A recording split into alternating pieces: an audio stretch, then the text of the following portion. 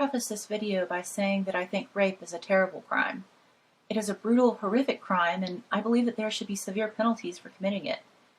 And you know what? Everyone else feels the exact same way. Everyone the world over thinks that rape is a terrible crime. The only rape cultures that exist are in certain African nations, where civilization is completely broken down, and drug-addled child soldiers run around cutting off people's arms with machetes.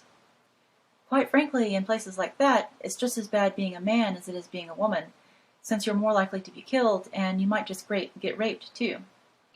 And feminists, being killed is worse than being raped. How do I know? Because the great majority of rape victims don't commit suicide.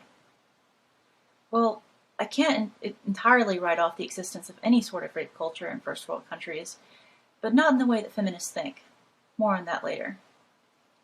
In our modern first world nations, where our culture is largely run by feminists or their ideological supporters, rape is more than just a terrible crime. It's a crime which is elevated to a ridiculous level of importance. Like some religious doctrine, which cannot be examined objectively without fear of committing blasphemy. Once the sacred word of rape is invoked, no thought or discussion is allowed. No reasoning is permitted. You must react in only the ways permitted by the feminist clergy of this strange pseudo-religion. The effects of this dogmatic view of rape are plain to see. To a feminist, and unfortunately the millions who allow themselves to be identified or influenced by them, the act of accusing a person of rape is a likewise sacred act.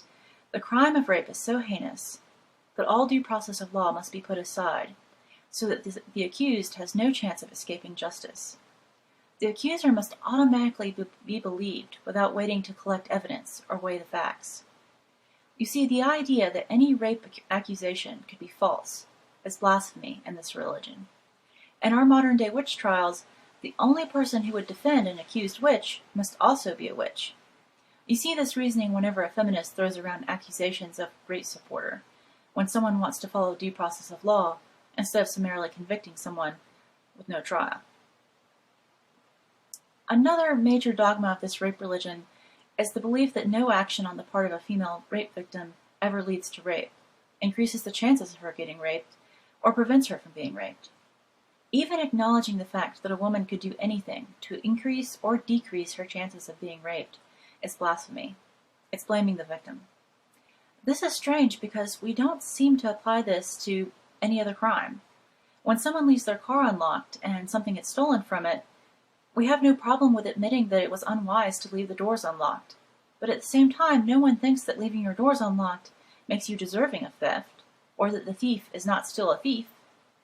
We should tell anyone, male or female, to be careful going out at night in a bad neighborhood, yet this isn't considered to be victim blaming of people who get mugged.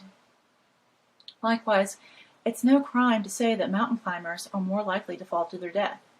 It certainly doesn't imply that we think that mountain climbers deserve to die, so why the big exception with rape?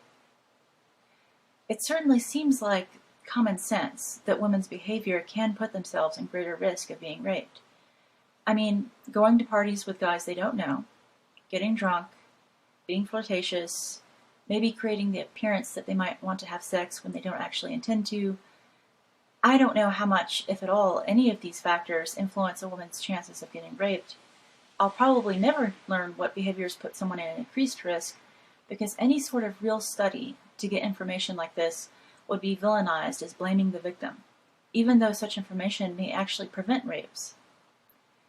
Also, regarding the idea of blaming the victim or asking for it, I have never heard of any first world person say that a woman deserved to be raped because she was promiscuous. I've never heard any first world person say that a rapist was any less culpable because the victim was scantily clad. Sure, some people might say that a woman foolishly put herself at risk, or put herself in danger by the way she dressed or where she went, but that's a far cry from saying that she deserved it or that the perpetrator, shouldn't be punished. The victim-blaming accusation is just a straw man to demonize anyone who seems to have wavering faith in the rape cult that feminists push in our society. Several years ago, when I was just getting interested in issues relating to feminism, and I was learning about how bad feminism really is, I got into a debate online with a number of feminists. There was a discussion of rape epidemics in certain parts of the world, And I have advocated that women should carry concealed handguns for self-defense. And I was viciously attacked by feminists. They said that I was blaming the victim. They said that to suggest that a woman takes some action to make themselves safer is to suggest that it's a woman's responsibility to prevent rape, and would be therefore blaming unarmed rape victims. Really. Would I also be blaming male victims of crime for suggesting that men use guns for self-defense as well? How can anyone argue with such insanity? Now, I can't say that no one in a first world nation in the modern era has ever said the rape victim deserved it, or that there should be no punishment for raping a promiscuous woman. If there's any ludicrous or offensive idea possible, there is probably at least one person on earth who has advocated it. But if you have evidence for any notable public figure, law enforcement agent, judge, or any noteworthy person expressing such a sentiment, please provide me with evidence if you wish, but no anecdotal accounts. The way I see it, our high priestesses of this religion are the feminists who use their influence to push this religion of theirs into law, entertainment, education, and into the daily lives of everyone. And like some evangelical televangelists who use their religion to get wealthy while having gay lovers on the side, these feminists are total hypocrites, using rape as a tool to further their true agenda, misandry. You see, if the feminists truly saw rape as a terrible crime, and they cared for the victims, they would be the ones to most strongly oppose false accusations of rape. They would also fervently oppose any frivolous use of the word rape to describe other sorts of acts. We see that in reality, feminists are the ones who are pushing to expand the definition of rape to include all sorts of things, most of which would never be considered rape by any reasonable person. This is a bait and switch of sorts. We have a society where rape is obsessed over as the worst imaginable crime, where we have this image in our minds of what a rape is and where a victim is brutally traumatized. Yet feminists want to extend this same reaction to virtually all forms of male sexuality. Feminists say that if a woman consents while intoxicated, that is rape, even if the man is also intoxicated. Feminists say that if a woman regrets having sex with a man, that is rape. Feminists say that if a woman is nagged into sex, she has been raped. Feminists want almost everything to be considered rape, and a few feminists will even be honest enough to say that they consider all men to be rapists, and all heterosexual sex to be rape. What about gay male sex? Well, as I mentioned in my video about objectification, feminists don't like to think too much about gay men. So this reveals the true motivation of the rape obsession, the hatred of men. Rape is perceived as a crime where women are exclusively the victims, and men are exclusively the perpetrators.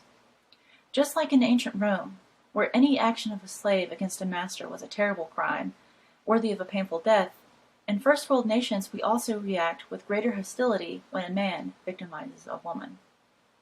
Second-class citizens aren't supposed to commit crimes against first-class citizens. Feminists eventually realized that their demonization of rape was so successful that they could associate it with not only rapists, but with all men, thus striking out at the object of their hatred. Now, the topic of all rapists being men, and all the victims being women, leads me back to something I mentioned at the beginning of the video. There is one sort of rape culture that does exist in first world countries, and it is condoned and even applauded. That is the huge numbers of rape that occur within prisons, where the victims are male. Often these victims of rape did nothing more than use drugs, a victimless crime, and their punishment is to be placed into a system with hardened criminals to be assaulted or raped while the authorities look the other way, and society laughs at their misfortune. You see, when men get raped, it isn't an unholy act of villainy. It's funny. It's a barrel of laughs. Ha ha ha. Once again, I would like to thank the generous people who have helped to support my channel, such as Jared, Soulbooks, and William. Thank you so much for everything you've done for me, and all the support of the fans. I really appreciate it. Until next time.